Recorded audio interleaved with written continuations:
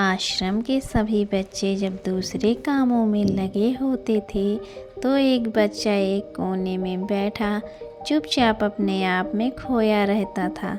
वो अक्सर किसी से ज़्यादा बात नहीं करता था। आश्रम की सभी जिम्मेदारियां पूरी करने के बाद जहाँ सभी बच्चे पूरे दिन की घटनाओं की चर्चा करने लगते हैं, वहीं पर वो शांत रहने वाला बच्चा एक बरगद के पेड़ के नीचे बैठकर ध्यान करने लगता। सभी बच्चों को आश्चर्य होता था क्योंकि उसका कोई दोस्त नहीं था। वो अक्सर आश्रम में अकेला ही घूमता रहता था। ये देखकर उसके गुरु को बड़ी प्रसन्नता होती थी। उन्हें लगता था कि कोई तो है आश्रम में जो मौन यानी कि चुप रहने की ताकत को समझता है, उसके महत्व को समझता है। आश्रम के बारे में जब भी कोई ज़रूरी निर्णय लेना होता, उसकी राय ज़रूर लिया करते थे। लेकिन यही बात गुरुजी के एक दूसरे शिष्य को बड़ी खटकती थी, क्योंकि वो गुरुजी का प्रिय शिष्य बनना चाहता था। इसलिए वो गुरुजी के सामने दूसरे बच्चों के कामों में कुछ न कुछ कमियां निकालता रहता था, जिससे गुरुजी उसे महान समझने लग जाएं। अक्सर वो अपनी जिम्मेदारियां पूरी तरह से निभाने का दिखावा भी करता, चाहे उससे कोई सलाह ना भी मांगे, लेकिन फिर भी वो उन्हें अपनी सलाह देता रहता था। वो बहुत ही बातूनी शिष्य था और आश्रम के दूसरे सभी बच्चों में बहुत प्रसिद्ध भी था, क्योंकि वो सबसे हंसी मजाक करता रहता था, उनसे दिन भर बातें करता रहता था। इसलिए उसकी सबसे दोस्ती हो गई थी। लेकिन जब आश्रम के गुरु उसकी राय ना लेकर दूसरे बच्चे की राय लेते थे, तो ये बात उसे बड़ी खटकती थी। उसे ये लगता था कि वो उस बच्चे से ज़्यादा बुद्धिमान है, लेकिन गुरुजी फिर भी उसकी तरफदारी करते हैं। ऐसा नहीं था कि गुरुजी को बातूनी शिष्य के स्वभाव के बारे में पता नहीं था, लेकिन गुरुजी उसे अपने तरीके से सीख देना चाहते थे, ताकि उसकी ज़्यादा बोलने की आदत, दिखावा करने की आदत, दूसरों में कमियां निकालने की आदत हमेशा हमेशा के लिए खत्म हो जाए और वो मौन रहकर ध्यान की गहराइयों को छिपाए। असल में हर सच्चे गुरु की यही इच्छा होती है कि वो किसी तरीके से उस बातूनी शिष्य को एहसास कराना चाहते थे कि चुप रहने से ही उसे असीम सत्य को जाना जा सकता है। उस विराट का एहसास चुप होकर ही किया जा सकता है। एक दिन गुरुजी को एक तरीका सूझा। उन्होंने आश्रम के सभी बच्चों को अपने पास बुलाया और कहा कि मैं तुम्हें सभी को दो दो हिस्से में बांटकर अलग अलग गांवों में भिक्षा मांगने के लिए भेज रहा हूँ, और जो भी दो बच्चे सबसे ज़्यादा भिक्षा मांग कर लाएंगे, उन दोनों को आश्रम की सभी जिम्मेदारियाँ निभाने का मौका दिया जाएगा। अपनी बात जारी रखते हुए गुरुजी ने बताया कि भिक्षा मांगने से हमारा अहंकार खत्म होता है, इसलिए हर शिष्य पूरे मन से भिक्षा मांगे। कोई भी इस काम को औपचारिकता में ना लें, वरना तो वो अपने जीवन का सबसे बड़ा ज्ञान खो देंगे।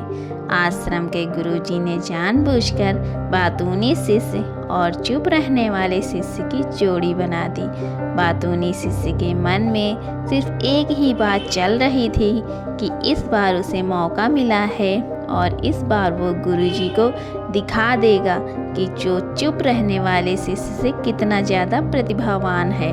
दोनों शिष्यों ने आपस में अपनी सहमति से निर्णय लिया कि दोनों गांव के अलग अलग जगह से भिक्षा मांगना शुरू करेंगे, ताकि भिक्षा मांगने का काम जल्दी खत्म किया जा सके। चुप रहने वाला शिष्य हर द्वार पर जाकर अपने हाथ जोड़कर अपना भिक्षा का पात्र उनके सामने कर देता। उसके चेहरे पर एक सादगी और उसकी आंखों में एक एकांत होता था, जिससे भिक्षा देने वाले उसे भिक्षा देकर अपने आप को अनुग्रहित समझते थे। वहीं पर दूसरा बातूनी शिष्य हर द्वार पर जाकर उनको कुछ न कुछ ज्ञान देने लगता था, जिससे ज़्यादातर लोग उसे बिना भिक्षा दिए ही लौटा देते थे। पूरे गांव में भिक्षा मांगकर जब दोनों गांव के बीच में मिले तो बातूनी शिष्य ने देखा कि चुप रहने वाले शिष्य के पास उससे दुगनी भिक्षा थी। ये देखकर उसे मन ही मन बहुत ठेस पहुंची, लेकिन जब वो दोनों भिक्षा का सामान लेकर आश्रम की तरफ जा रहे थे तब बातूनी शिष्य को एक चालाकी सूझी।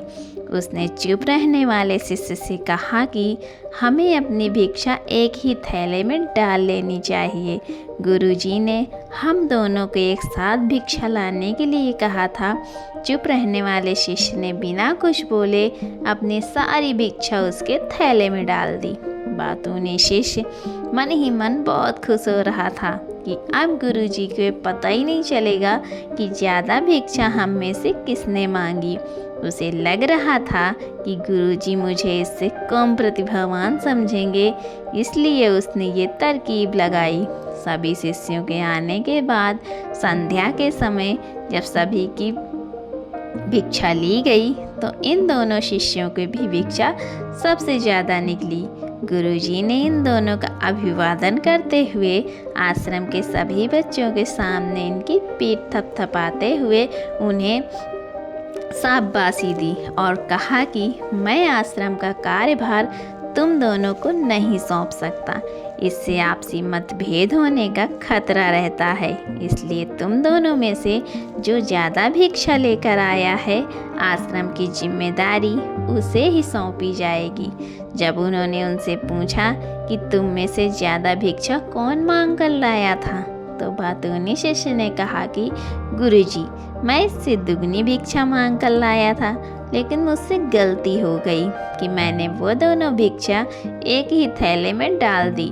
मुझे नहीं पता था कि आप ऐसा निर्णय लेने वाले हैं, वरना तो मैं अपनी भिक्षा का थैला अलग ही रखता। इस पर गुरुजी ने चुप रहने वाले शिष्य से पूछा कि क्या तुम इसके बात से सहमत हो? क्या तुम इससे कम भिक्षा लेकर आए थे? ये सुनकर चुप रहने वाले शिष्य ने कहा कि गुरुजी, मेरे पास कोई ऐसा साधन नहीं है जिससे मैं ये साबित कर पाऊँ कि मैं इससे ज़्यादा भिक्षा लेकर आया था। असल में ये उल्टा बोल रहा है। दुगनी भिक्षा मैं लेकर आया था, ये मुझसे भिक्षा लेकर आया था और इसी ने मुझसे भिक्षा एक थैले में डालने की बात कही थी। आश्रम से कुछ दूरी पर एक पहाड़ी थी जिसके पीछे सूरज अभी संध्या के समय ढल रहा था। गुरुजी को तो पता था कि सच कौन बोल रहा है, लेकिन बाकी बच्चों के सामने सच साबित करने के लिए उन्होंने उन दोनों से एक सवाल पूछा कि पीछे पहाड़ी पर तुम्हें क्या दिखाई दे रहा है?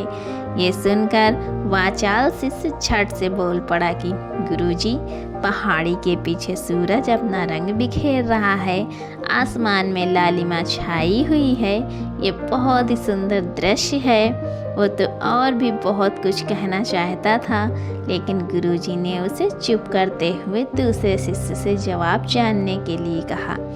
तब उसकी तरफ देखा तो उसकी आंखों में आंसू भरे हुए थे। श्रद्धा, भक्ति और प्रेम से उसकी आंखें भर आई थीं। गुरुजी को उससे पूछने की ज़रूरत ही नहीं पड़ी। गुरुजी ने सभी बच्चों को संबोधित करते हुए कहा कि मैंने सवाल किया था, पहाड़ी के पीछे तुम्हें क्या दिखाई दे रहा है? ज़्यादातर लोगों को यही दिखाई देगा कि एक बहुत सुंदर दृश्य है, लेकिन मज़े की बात यह है कि सुंदरता बोलकर नहीं बताई जा सकती, उसे महसूस किया जा सकता है और सामने वाला उस सुंदरता को आपकी आँखों में देख पाता है। चुप रहने वाले शिष्य की तरफ इशारा करते हुए गुरुजी ने कहा कि असल में सुंदरता इसी बच्चे ने देखी है, दूसरे बच्चे ने सिर्फ सुंदरता की व्याख्या की है, लेकिन इसने वास्तविकता में उस सुंदरता को महसूस किया है। अपने आप को ऊंचा दिखाने की सभी कोशिशें नाकाम होते हुए देख वाचाल शिष्य वहीं पर फूट फूट कर रोने लगा। उसको चुप कराते हुए गुरुजी ने कहा कि बेटा, मुझे पहले से पता था कि तुम झूठ बोल रहे हो, लेकिन मैं तुम्हें उस झूठ का एहसास कराना चाहता था। सभी बच्चों को संबोधित करते हुए गुरुजी ने बताया कि शब्द जाल की तरह होते हैं। हमारे ज़्यादा बोलने की वजह से बहुत सारी समस्याएं पैदा होती हैं। जब कोई आदमी एक बात को बढ़ा चढ़ा कर बोल देता है तो उसे सिद्ध करने के लिए वो शब्दों के जाल में फंसता चला जाता है और इसी वजह से अंतर्मुखी होने की बजाय वो बहिर्मुखी होता चला जाता है। वहीं पर जिस भी व्यक्ति को अपनी अंतर यात्रा करनी होती है उसे सबसे पहले चुप रहना सीखना होता है। ज़रूरत से ज़्यादा बोलना या फिर हर वक्त बोलते ही रहना, ये सब हमारी अंतर यात्रा में बाधा बन जाती हैं। जब आप चुप रहने का अभ्यास करते हैं तो आप अपने साथ वक्त बिताने लगते हैं, जिससे कि आप अपने एकांत को जान पाते हैं। और एक बार अगर मन में एकांत स्थापित हो जाए तो आपकी आँखों में, आपके चेहरे पर वो सादगी, वो एकांत, वो स्पष्टता की झलक सब कुछ सामने नजर आने लगती है। कुछ साबित करने को नहीं रह जाता, कुछ बताने को नहीं रह जाता, सब कुछ आँखों में देखा जा सकता है।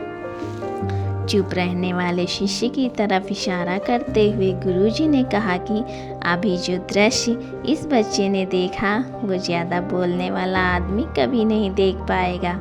वो अपनी बुद्धि से तर्क वितर्क करता रहेगा उसे क्या क्या दिखाई दे रहा है, लेकिन उसमें से वो महसूस कुछ भी नहीं कर पाएगा। उसे दिखाई दे जाएंगे पहाड़, सूरज या फिर उसकी लालिमा, लेकिन उस सुंदरता को, उस विराट को, उस अद्वैत को वो कभी नहीं देख पाएगा। अगर चुप रहने की कला सीखनी है तो तुम्हें सबसे पहले एक बात ध्यान रखनी होगी कि तुम्हें किसी को भी प्रभावित करने की कोशिश नहीं करनी है। ज़्यादातर लोग इसी वजह से ज़्यादा बोलते हैं क्योंकि वो दूसरों को प्रभावित करना चाहते हैं, अपने आप को साबित करना चाहते हैं और उस साबित करने के चक्कर में वो शब्दों के जाल में फंसते चले जाते हैं और धीरे धीरे वहीं उनकी आदत बन जाती है। अगर कोई व्यक्ति दूसरों को प्रभावित करना चाहता है तो वो कितने लोगों को प्रभावित कर पाएगा, उसकी ये भूख बढ़ती ही जाएगी और वही संसार में सभी को कभी भी प्रभावित नहीं कर पाएगा। इसलिए ये समझने की बात होती है कि बहिर्मुखी होने की बजाय हम अंतर्मुखी होकर अपने आप को समझ सकते हैं। अपनी बातों को ख़त्म करते हुए गुरुजी ने अपना आखिरी संदेश दिया। उन्होंने बताया कि अगर कोई व्यक्ति ज़्यादा समय तक चुप नहीं रह सकता तो उसे थोड़े समय से अभ्यास करना चाहिए। निश्चित संकल्प लेकर किसी व्रत की भांति दिन में कुछ समय या फिर हफ्ते में कुछ समय या फिर एक दिन चुप रहने का अभ्यास ज़रूर करना चाहिए। इससे हमारी चुप रहने की आदत धीरे धीरे खुद ब खुद पनपने लगती है, क्योंकि एक बार जब हम चुप रहने लगते हैं तो हमें चुप रहने का आनंद पता चल जाता है। इसके बाद हमें प्रयास नहीं करना पड़ता, बल्कि हमारा मन आनंद की तरफ अपने आप बढ़ता चला जाता है। चुप रहने की कला सीखने के बाद आपकी बुद्धिमानी और आपकी स्पष्टता दोनों में बहुत ज़्यादा फ़ायदा होगा। वास्तविकता में जिसे दर्शन कहते हैं वो मौन रहकर ही किया जा सकता है। इसके बाद सभी बच्चों से कुछ समय चुप रहने का संकल्प लेकर गुरुजी ने अपनी बात खत्म कर दी। सभी बच्चे रात्रि का भोजन करने के लिए एक साथ भोजन कक्ष में पहुंच गए। तो दोस्तों, कैसी लगी आपको आज की कहानी? आशा करती हूँ कि आपको इस कहानी से कुछ न कुछ तो सीखने को ज़रूर मिला होगा। तो अगर आपको आज की कहानी पसंद आई है तो प्लीज़ मेरे वीडियो को लाइक करिए, मेरे चैनल को सब्सक्राइब करिए और मुझे ज़्यादा से ज़्यादा सपोर्ट करिए। मिलती हूँ अगली कहानी में, तब तक के लिए अपना ख्याल रखिए। धन्यवाद।